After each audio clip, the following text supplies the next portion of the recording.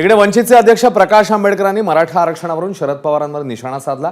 मराठा आंदोलनामुळे शरद पवारांची मराठा नेते अशी ओळख निर्माण झाल्याचं वक्तव्य त्यांनी केलं।